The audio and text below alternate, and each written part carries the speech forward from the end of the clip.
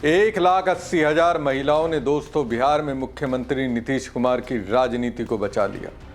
अगर exit polls के अनुमान को सच माना जाए तो नीतीश की राजनीति पर संकट के बादल जो मंडरा रहे थे उन्हें 1,80,000 महिलाओं ने अपने ऊपर ले लिया और कहा जाए तो वो नीतीश की सुरक्षा कवच की तरह काम कर गईं। लेकिन दोस्तों यहाँ गौर करने लायक बात यह है कि क्या ये महिलाएं खुद से नीतीश कुमार के लिए उनके विरोधियों, फिर चाहे एनडीए के अंदर हो या बाहर, उनसे सीधे सीधे तौर पर पंगा ले लिया? क्या इसकी भनक बीजेपी के चाणक्य अमित शाह को थी, क्योंकि उन्होंने बिहार में अपने लाखों बीजेपी कार्यकर्ताओं को जो आदेश दिया था, अपनी पार्टी के लिए जो सपना दिखाया था, क्या बीजेपी के उन लाखों कार्यकर्ताओं ने नीतीश की इन 1,80,000 महिलाओं के सामने घुटने टेक दिए? दोस्तों मैं आपको एक वीडियो दिखाऊंगा और इस वीडियो के आधार पर आप ये समझ जाएंगे कैसे नीतीश की एक चाल से अमित शाह का सपना तो टूटा लेकिन बीजेपी की इज्जत भी बच गई।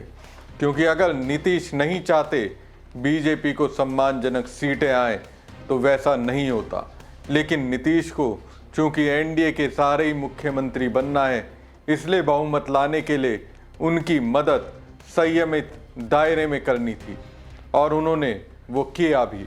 लेकिन कायदे से मुझसे पूछेंगे तो मैं यही कहूँगा, बिहार के मुख्यमंत्री नीतीश कुमार एक ऐसे मामले में अमित शाह से आगे निकल गए जिसके बारे में कांग्रेस नेता राहुल गांधी का दावा है कि इसमें अमित शाह को तो महारत हासिल है।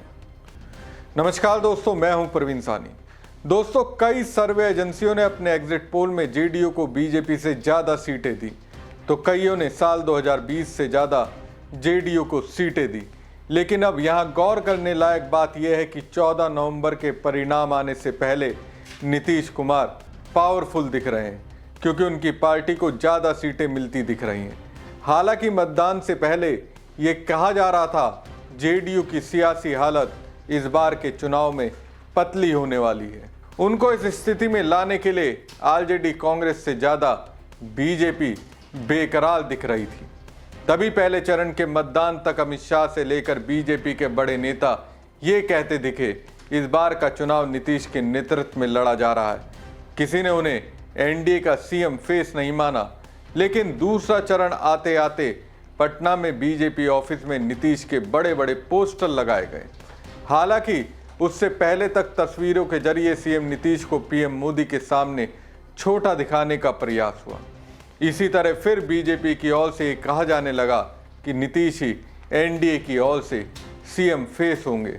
वैसे भी दोस्तों ये सबको मालूम है, इस बार बीजेपी की कोशिश यही थी कि नीतीश की राजनीति को हाशिए की तरफ ले जाया जाए। जेडीयू को इतनी सीटें मिले जिसकी बदौलत नीतीश कुमार पलटी ना मार सके और महाराष्ट्र के डिप्टी सीएम एकनाथ शिंदे की तरह वो उन्हीं के साथ रहें। कोशिश तो यही थी, इसके लिए फील्डिंग भी सजाई गई थी, लेकिन नीतीश इस बार शाह से 2 कदम आगे निकल गए। साल 2020 में अमित शाह ने जो चिराग पासवान के जरिए नीतीश कुमार के साथ किया था, नीतीश कुमार ने इस बार 2020 वाली स्थिति नहीं बने उसके लिए 1,80,000 महिलाओं को एक आदेश दिया और उस आदेश का परिणाम ये हुआ कि इस बार नीतीश खुद को बचाने में कामयाब हुए। लेकिन जिस वीडियो के आधार पर मुझे ऐसा लग रहा है, उस वीडियो को देखने के बाद ये बात आपको समझ में आएगी, जनता का वोट आखिर किस ओर है। सबसे पहले दोस्तों ये वीडियो देखिए। जीविका दीदी यहाँ पर प्रचार कर रही है भाजपा का, महिलाओं को इन्फ्लुएंस कर रही हैं। हाँ नहीं, महिलाओं को इन्फ्लुएंस कर रही हैं, देख लीजिए यहाँ पे। ये देखिए यहाँ पे बैठ के लोग इन्फ्लुएंस करने की कोशिश कर रही हैं। ये देखिए, ये बिहार की बगहा विधानसभा की तस्वीरें हैं, जहां जीविका दीदी बूथ नंबर 146, 147, 148 पर मतदाताओं पर भाजपा के लिए वोट करने का दबाव बना रही हैं। अब दोस्तों इस वीडियो को देखकर आप कहेंगे ये जीविका दीदी तो बीजेपी के उम्मीदवार को मदद पहुंचा रही हैं, इससे नीतीश की पार्टी जेडीयू को कहां फायदा होगा। दोस्तों जैसा कि मैंने पहले ही कहा, नीतीश कुमार को मुख्यमंत्री बनना है तो बीजेपी की सम्मानजनक सीटें लानी होगी। क्योंकि बीजेपी ने एनडीए में अपने लिए 101 सीटें ली हैं। अगर बीजेपी से 50 उम्मीदवार भी नहीं जीतेंगे तो फिर नीतीश कैसे मुख्यमंत्री बनेंगे। बीजेपी उम्मीदवारों का हारने का मतलब है तेजस्वी यादव का मुख्यमंत्री बनना। वैसे भी लालू यादव ने पहले ही कह दिया नीतीश कुमार के लिए दोस्ती के सारे रास्ते बंद हैं। खैर दोस्तों, ये सिर्फ एक जीविका दीदी नहीं, ऐसी 1,80,000 जीविका दीदी को अलग अलग बूथों पर लगाया गया, जिन्हें इसलिए लगाया गया ताकि वो मतदान कार्य में वो पर्दानशी महिलाओं की पहचान कर सके। लेकिन यहाँ जीविका दीदी क्या कर रही हैं? बता रही हैं बीजेपी को वोट दीजिए। अब सोचिए इन जीविका दीदियों ने अन्य बूथों पर क्या किया होगा, जेडीयू के उम्मीदवारों को जीत दिलाने के लिए और क्या किया होगा। दोस्तों, साल 2006 में वर्ल्ड बैंक की मदद से बिहार ग्रामीण आजीविका मिशन की शुरुआत की गई थी। इस योजना के माध्यम से महिलाओं के छोटे छोटे स्वयं सहायता समूह बनाकर उनकी आर्थिक स्थिति को मजबूत करना है। इन समूहों से जो महिला जुड़ती हैं उन्हें जीविका दीदी कहा जाता है। जीविका दीदी बनने पर नीतीश सरकार स्वरोजगार शुरू करने के लिए 10,000 से 2 लाख रुपए तक दे रही है। इसके अलावा महिला समूहों को छोटे छोटे लोन मिलते हैं। साथ ही उनके लिए सरस मेला आयोजित किया जाता है। इस तरह महिलाएं अपनी आर्थिक स्थिति को मजबूत कर रही हैं। बहुत से जीविका समूह तो ऐसे हैं जिन्होंने छोटे स्तर पर इसकी शुरुआत की थी और अब वो बड़ी कंपनी के तौर पर पहचान बना चुकी हैं।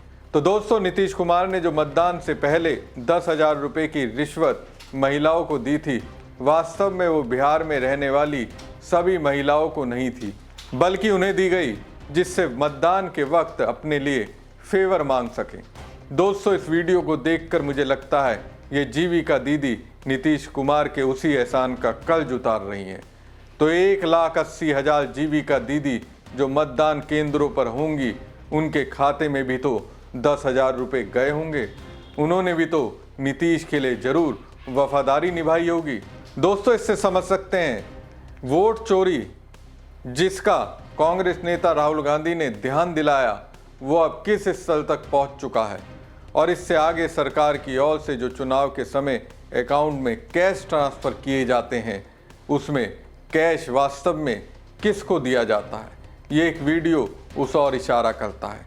इसलिए दोस्तों, अगर आप में से कोई ये समझ रहा है बिहार में 25 लाख महिलाओं के अकाउंट में 10,000 रुपये ट्रांसफ़र किए गए, वास्तव में ये हो सकता है, लेकिन करीब 3.5 करोड़ महिलाओं में 25 लाख महिलाएं कौन हैं, उन पर भी पड़ताल होनी चाहिए।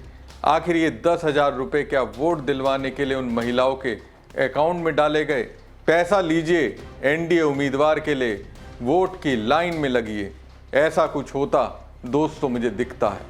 ऐसे में सवाल उठता है, क्या नीतीश कुमार ने 1,80,000 जीविका दीदी के अकाउंट में 10,000 रुपये डालकर वोट चोरी के रास्ते तलाशे?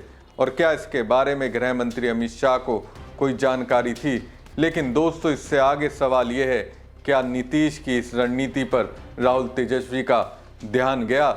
हमारी खबर आपको कैसी लगी कमेंट बॉक्स में कमेंट करके जरूर बताएं। साथ ही पेज को ज़्यादा से ज़्यादा लाइक और शेयर कीजिएगा। धन्यवाद।